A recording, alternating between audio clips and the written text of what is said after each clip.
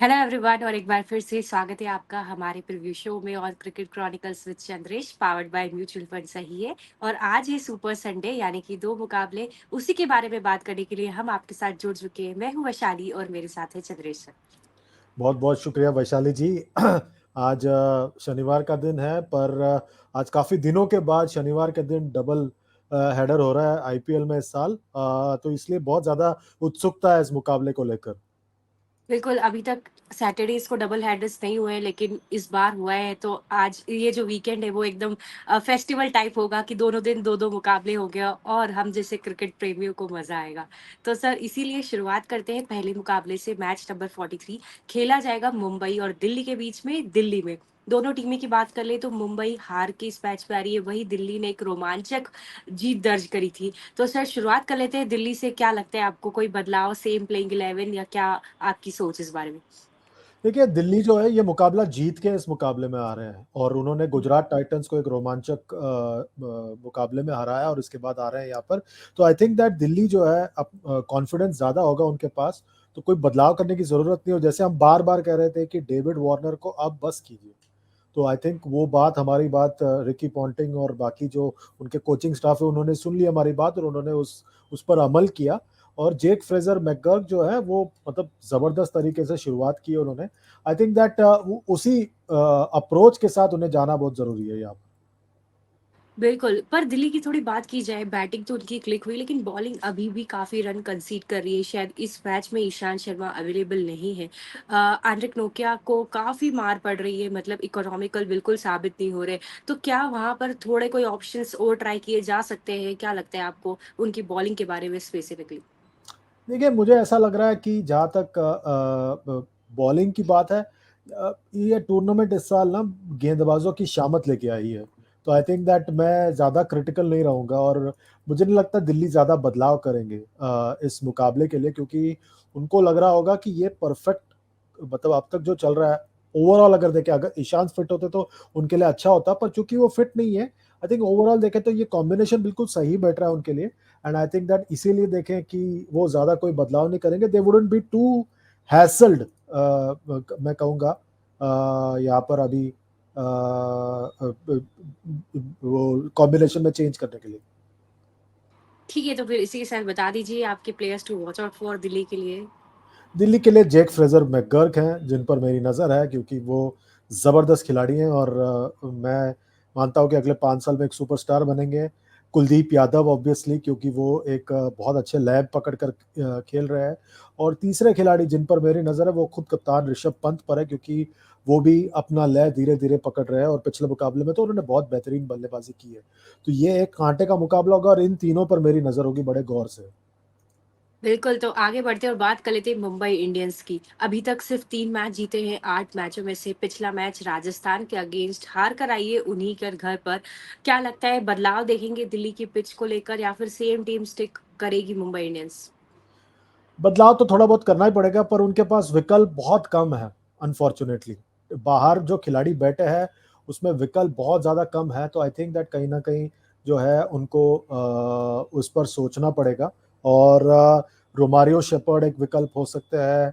मैं तो यहाँ तक कहूँगा कि अर्जुन तेंदुलकर की तरफ भी उनको देखना चाहिए, क्योंकि अगर वो टीम के साथ चल रहे हैं तो आप उनको मौका दे के देखिए, वो मतलब जो हैं एग्जिस्टिंग खिलाड़ी उनसे खराब तो नहीं करने वाले। तो आई थिंक दैट उनको ऐसे कुछ बदलाव करने पड़ेंगे, क्योंकि जो चल नहीं रहा है उसके साथ ही चलना मेरे ख्याल से समझदारी की बात नहीं होगी। थोड़ा कप्तानी को लेकर पिछले मैच में भी सवाल उठे थे, जिस हिसाब से बॉलिंग चेंजेस किए गए थे, जिस हिसाब से हार्दिक पांड्या का खुद का फॉर्म है, बैटिंग फॉर्म। तो क्या कहना है आपको इस बारे में? आप भी कुछ ऐसे देख रहे हैं कि कप्तानी में थोड़ी और बेहतर की जा सकती है या फिर आपको सब सही लग रहा है अभी? नहीं, नहीं, बिल्कुल नहीं। उनको कप्तानी और बेहतर करनी पड़ेगी, और I think that Hardik Pandya इस साल बहुत ज़्यादा मतलब दबाव में नज़र आए हैं अपने कप्तानी को लेकर। आई थिंक वो जो बाहर का प्रेशर है उन पर नज़र आ रहा है, वो उनके प्रदर्शन पर नज़र आ रहा है। एक डोमिनो इफेक्ट लग रहा है, सब चीज़ पे उनका इफेक्ट जो लग रहा है। तो आई थिंक कहीं न कहीं उस पर उनको बहुत ज़्यादा गहरी सोच रखनी पड़ेगी। और ये जो चीज़ है उनको ज़रूर परेशान कर रही है मेरे मेरे ख्याल से। और कप्तानी एक बहुत बड़ा फैक्टर है ऐसे फॉर्मेट में, और वो जो है अफेक्ट कर रहा है मुंबई इंडियंस को भी। चलिए सर, आगे बात कर लेते हैं players to watch out for की इसी मुकाबले के लिए। चलिए इसमें देखिए मुझे लगता है कि पहले खिलाड़ी जिन पर मेरी नज़र है वो है सूर्य कुमार यादव, क्योंकि उनकी फॉर्म जो है वो ना सिर्फ मुंबई इंडियंस के लिए महत्वपूर्ण है, भारत के लिए भी महत्वपूर्ण है आने वाले टी20 वर्ल्ड कप को देखते हुए। दूसरे खिलाड़ी जिन पर मेरी नज़र है वो है जसप्रीत बुमराह, ऑब्वियसली बिकॉज वो ज़बरदस्त तरीके से गेंदबाजी कर रहे हैं और वो चाहेंगे कि वो पर्पल कैप उनके पास वापस आ जाए। और तीसरे खिलाड़ी जिन पर मेरी नज़र है वो है ईशान किशन, क्योंकि मुझे लगता है कि वो भी अपना एक दावा ठोकना चाहेंगे, क्योंकि उनके सामने ऋषभ पंत जो एक वापसी करने की कोशिश कर रहे हैं टी20 वर्ल्ड कप के लिए, तो उनकी भी नज़र होगी इस टी20 वर्ल्ड कप में अपना एक दावा ठोके। तो आई थिंक इन तीनों पर मेरी गहरी नज़र होगी अब। चलिए इसी के साथ बता दीजिए क्या लग रहा है कौन जीतेगा इस मुकाबले को? मुझे लग रहा है दिल्ली की जीत होगी, क्योंकि देखिए मोमेंटम दिल्ली के पास है और मेरे ख्याल से वो अभी इतने धोखे खाने के बाद रास्ते में बहुत ज़्यादा अब अपना लय पकड़ चुके हैं। आई थिंक दैट इस वक्त मुंबई का पलड़ा भारी है। मुंबई का कि दिल्ली का? दिल्ली का पलड़ा भारी है, माफ सॉरी। कोई बात नहीं सर, ब्लू ब्लू है, मिक्स हो जाता है, बट हाँ डेफिनेटली दोनों ही टीमें अपना बेस्ट देना चाहेगी, बट मुझे भी लगता है दिल्ली जीतेगी और फिर से हम एक ऋषभ पंत स्पेशल जो उन्होंने पिछले मैच में 88 रनों की शानदार पारी खेल के दिखाई थी वो देख सकते हो। और साथ ही आज मुझे लगता है कुलदीप यादव का स्पेल बहुत इंपॉर्टेंट होने वाला है, वो जिस हिसाब से गेंदबाजी करते किस हिसाब से मुंबई के बैटर्स को रोकते। तो आपको क्या लगता है, आप भी जरूर अपना प्रिडिक्शन बताइए इस मुकाबले के बारे में। चलिए सर, बिल्कुल, बिल्कुल, बिल्कुल। सुपर सैटरडे है तो दूसरा मैच भी है, उसकी भी बात कर लेते हैं। मैच नंबर 44, लखनऊ और राजस्थान, दो बेहतरीन टीमें, दोनों ही अब मोमेंटम जीत के साथ लेकर आ रही है। लखनऊ ने चेन्नई को उनके घर में जाके हराया, राजस्थान ने मुंबई को अपने घर में हराया और अब भिड़ेंगे दोनों लखनऊ में। बहुत ही रोमांचक मुकाबला होने वाला है। क्या लगता है आपको, फर्स्ट थॉट अबाउट दिस मुकाबला? देखिए बहुत बेहतरीन मुकाबला होने वाला है, जबरदस्त मुकाबला होगा और दो ऐसे कप्तानों के बीच में भिड़ंत होगा जो दोनों एक ही स्लॉट के लिए टी20 विश्व कप में भिड़ रहे हैं। तो इसलिए और भी ज्यादा थी का कॉन्टेस्ट होगा मेरे ख्याल से। एंड आई थिंक दैट ये जो है बहुत महत्वपूर्ण मुकाबला हो जाएगा इस टूर्नामेंट के लिए। राजस्थान रॉयल्स चाहेगा कि वो जो अपना मोमेंटम बना हुआ है उसको बरकरार रखे, वहीं पे लखनऊ चाहेगा कि वो जो उनको जीत मिली थी अभी अभी चेन्नई में उस मोमेंटम को बरकरार रखे। तो इसलिए बहुत बेहतरीन मुकाबला होगा दोनों टीमों के लिहाज से। बिल्कुल, पहले बात कर लेते हैं लखनऊ की, क्योंकि लखनऊ के घर में गेम होने वाला है। चेन्नई को पहले अपने घर में हराया, फिर चेन्नई गए, वहाँ भी हराया। मोमेंटम तो बहुत हाई होगा और जिस हिसाब से उनके प्लेयर्स कुछ फ़ॉर्म में आए हैं, तो क्या लगता है सर आपको, सेम टीम परसिस्ट करेगी या फिर कोई बदलाव आप देख रहे हैं इस मैच के लिए? देखिए मुझे लग रहा है क्विंटन डिकॉक को सिर्फ एक बल्लेबाज के तौर पर खिलाना और उसका रिटर्न्स नहीं पाना वो जरूर उनको कमी खल रही है। तो अगर कुछ नुक्ताचीनी करनी है तो मैं काइल मेयर्स को लेके आना चाहूंगा क्विंटन डिकॉक के जगह पर, क्योंकि मतलब काइल मेयर्स कुछ नहीं तो वो बॉलिंग भी कर सकते हैं, आपको चाहे तो वो भी फील्डिंग कर सकते हैं। आप जो है क्विंटन डिकॉक का मतलब उतना उस तरह से उपयोग नहीं कर पा रहे जिस तरह से करना चाहिए। तो I think I would probably make that one change 11 में। ऑब्वियसली इम्पैक्ट प्लेयर के रूल की वजह से आप जो है 16 प्लेयर आपके मिक्स में होते हैं, पर अगर 11 की बात करें तो मुझे लग रहा है काइल मेयर्स एक बहुत अच्छे विकल्प हो सकते हैं। पर उसके अलावा अगर आप देखें तो मेरे ख्याल से उनकी टीम भी थोड़ा बैलेंस लग रही है। मैं पढ़ रहा था कि शायद मयंक यादव जो है वापस एक बार नेट्स में बॉलिंग करना शुरू कर चुके हैं। तो वो अगर फिट हैं, वो अगर तैयार हैं, तो फिर तो लखनऊ अपने आप को फेवरेट्स मानेगा इस मुकाबले के लिए। और सर देवदत्त पडिक्कल के बारे में आपका क्या कहना है? क्योंकि वो एक मतलब सारे तरीके से मौके देके देख लिए, लेकिन मुझे लगता है उनके लिए बेस्ट स्पॉट है कि ओपनिंग, अगर वो ओपनिंग नहीं कर पाते तो फिर नीचे उनके लिए रन बनाना काफ़ी मुश्किल होता है। हाँ सर, तो देवदत्त पडिक्कल की जगह क्या बनती हुई नज़र आ रही है या फिर क्या विकल्प वो आज़मा सकते हैं लखनऊ सुपर जायंट्स उनकी जगह पे? देखिए पिछले मुकाबले में दीपक हुडा को मौका दिया गया था और मेरे ख्याल से उनके साथ ही परसिस्ट करना चाहिए दीपक हुडा के साथ, क्योंकि वो गेंदबाजी भी करते हैं तो आपको एक एडिशनल ऑप्शन मिल जाता है। और क्विंटन डिकॉक की भी मैंने बात की थी कि उनके जगह पर जो है काइल मेयर्स को आप मौका दे सकते हैं। अगर क्विंटन डिकॉक कीपिंग नहीं कर रहे हैं और रन भी नहीं बना रहे हैं तो टीम को कोई फायदा नहीं हो रहा उससे। तो आई थिंक दैट उस लिहाज से देखा जाए तो वो काइल मेयर्स की तरफ भी जा सकते हैं और जो है दीपक हुडा के पास जा सकते हैं। दोनों प्लस भी होंगे फील्ड में अपनी गेंदबाजी के साथ। सर उन दोनों को तो खिलाया ही जा रहा है, लेकिन देवदत्त पडिक्कल को last time as an impact player लाया गया था। तो क्या वो बदलाव हम देख सकते हैं, आप प्रेरक मानकर अश्विन कुलकर्णी या फिर किसी और तरफ चाहिए विकल्प में? देखिए, प्रेरक मांगकर मुझे लगता है कि बहुत अच्छे खिलाड़ी हैं। आप जो है उनको भी लेके आ सकते हैं। देखिए, ये उन्होंने जिस तरह से टीम बनाया है इस बार लखनऊ ने, उनके पास बहुत ऑप्शंस है। उनके ऑलराउंडर्स के ग्रुप पे अगर देखा जाए, तो उस लिहाज से देखा जाए तो ये एक बेस्ट ऑप्शन होगा उनके लिए कि अगर वो जो है प्रेरक मांगकर को भी मिक्स में लेके आए, काइल मेयर्स को भी लेके आए, तो ये इस तरह से उनकी टीम में और डेप्थ आ जाएगा। और पिछले मुकाबले में अगर आपको याद हो चेन्नई के खिलाफ, ये डेप्थ ही उनको काम आया। इम्पैक्ट प्लेयर को आप अगर साइड पे भी रख दे तो डेप्थ उनका बहुत काम आया था वहां पर। ठीक है सर, इसी के साथ बता दीजिए players to watch out for.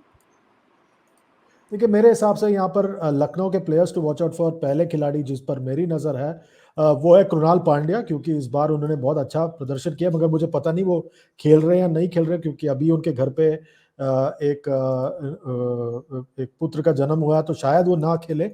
अगर वो अवेलेबल नहीं है तो मेरे ख्याल से मार्कस स्टोइनिस के ऊपर मेरी नज़र होगी, क्योंकि मुझे लगता है कि मार्कस स्टोइनिस जो है बहुत ही ज़बरदस्त प्रदर्शन किया उन्होंने पिछले मुकाबले में, और एक इम्पैक्ट छोड़ा है। दूसरे खिलाड़ी जिन पर मेरी नजर है वो है मोहसिन खान, क्योंकि मोहसिन खान जो है यहाँ पर अपना एक दावा ठोकना चाहेंगे एज अ सपोर्ट गेंदबाज जाने के लिए T20 वर्ल्ड कप के साथ। और तीसरे खिलाड़ी जिन पर मेरी नजर है वो है यहाँ पर निकलस पूरन, क्योंकि निकलस पूरन जिस तरह से बल्लेबाजी कर रहे हैं, जिस तरह के फॉर्म में है, बहुत ही बेहतरीन उनका टाइम चल रहा है यहाँ पर। आगे बढ़ते हैं और बात कर लेते हैं दूसरी टीम की, जो है राजस्थान। 7 मुकाबले जीती है, टोटल 8 खेले हैं उन्होंने और पिछला मुकाबला मुंबई को हरा कर आ रही है। कोई बदलाव मुझे तो नज़र नहीं आता सर, आपको लगता है कोई बदलाव हो सकता है इस टीम में? कोई करने की जरूरत ही नहीं है। मुझे लगता है कि वो अपना पूरा एक उन्होंने फॉर्मेट पकड़ लिया है, बढ़िया कर रहे हैं। गेंदबाजी अच्छा चल रहा है। इम्पैक्ट प्लेयर का जो रूल है वो सही से इस्तेमाल कर रहे हैं। उन्होंने जॉस बटलर को अपना इम्पैक्ट प्लेयर बनाया हुआ है। हर लिहाज से देखा जाए तो एक वेल राउंडेड टीम है, और दिखाता है कि आप अगर अपने ऑक्शन में अच्छा करते हैं तो फिर आपके टीम को फायदा होता है आगे जाकर टूर्नामेंट के दौरान। आई थिंक उस लिहाज से देखा जाए तो यहाँ पर राजस्थान का जो है जो जो जो कॉम्बिनेशन है वो बेस्ट है यहाँ पर, इसलिए वो टॉप पर चल रहे हैं इस वक्त। बिल्कुल, शायद एक कमी जो राजस्थान के खेमे से नज़र आती है वो है कि उनके पास इम्पैक्ट प्लेयर रूल के बाद भी छठा बॉलिंग का ऑप्शन नहीं है। तो या तो आप बॉलिंग दीजिए रियान पराग को, या फिर आप पॉवेल को खिला रहे तो उनको भी 1-2 ओवर निकालिए, क्योंकि कभी-कभी ऐसा होता है जैसे पिछले मैच में हमने देखा कि अश्विन को थोड़ा टारगेट किया गया, उन्होंने ज़्यादा रन कंसीड किए और उनके पास कोई ऑप्शन नहीं था। तो अगर इम्पैक्ट प्लेयर रूल के बाद भी आपके पास 6 ऑप्शन नहीं है, तो थोड़ा-सा वहाँ पर वर्क किया जा सकता है, ऐसा मुझे लगता है। बिल्कुल। देखिए, जो कमी राजस्थान की है वो है ऑलराउंडर्स की, और जो स्ट्रेंथ है लखनऊ की वो है ऑलराउंडर्स की। तो ये दो अलग अलग स्ट्रैटेजी की लड़ाई है इस वक्त। बिल्कुल, तो इसी के साथ बता दीजिए players to watch out for Rajasthan के लिए। राजस्थान में संजू सैमसन, क्योंकि वो अपने निकटतम प्रतिद्वंदी केएल राहुल को दिखाना चाहेंगे कि उनसे बेहतर है। तो वो एक player to watch out for है। दूसरे ऑब्वियसली जॉस बटलर है, जिस तरह से वो बल्लेबाजी कर रहे हैं इस वक्त, मतलब एक ड्रीम फॉर्म में चल रहे हैं। और तीसरे खिलाड़ी जिन पर मेरी नजर है और मुझे लग रहा है कि वो एक आउटसाइड कंटेंडर हो सकते हैं T20 वर्ल्ड कप के लिए, वो है संदीप शर्मा। जिस चतुराई से वो गेंदबाजी कर रहे हैं, चोट से वापस आने के बाद भी जिस समझदारी से चतुराई से गेंदबाजी कर रहे हैं, वो एक जबरदस्त जबरदस्त फॉर्म है इस वक्त। बिल्कुल, तो विन प्रेडिक्शन बता दीजिए सर, कौन जीत रहा है इस मुकाबले को? मुझे ऐसा लग रहा है कि राजस्थान के पास ना वो मतलब असला बारूद है जो लखनऊ की टीम को हरा सकते हैं उन्हीं के मैदान पर। और आई थिंक दैट राजस्थान का स्ट्रेंथ है उनकी स्पिन गेंदबाजी।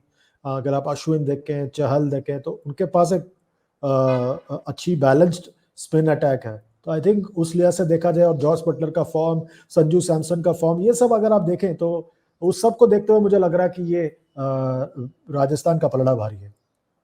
बिल्कुल, मुझे भी ऐसा लगता है कि राजस्थान हराएगी लखनऊ को उन्हीं के घर पे। यूज़ी चहल का स्पेल बहुत इम्पोर्टेंट होने वाला है और साथ ही आज मुझे लगता है रियान पराग भी अच्छा करेंगे। आपको क्या लगता है ज़रूर कमेंट करके बताइएगा और हाँ, आपके लिए फिर से लाएँगे preview show. Thank you so much for watching.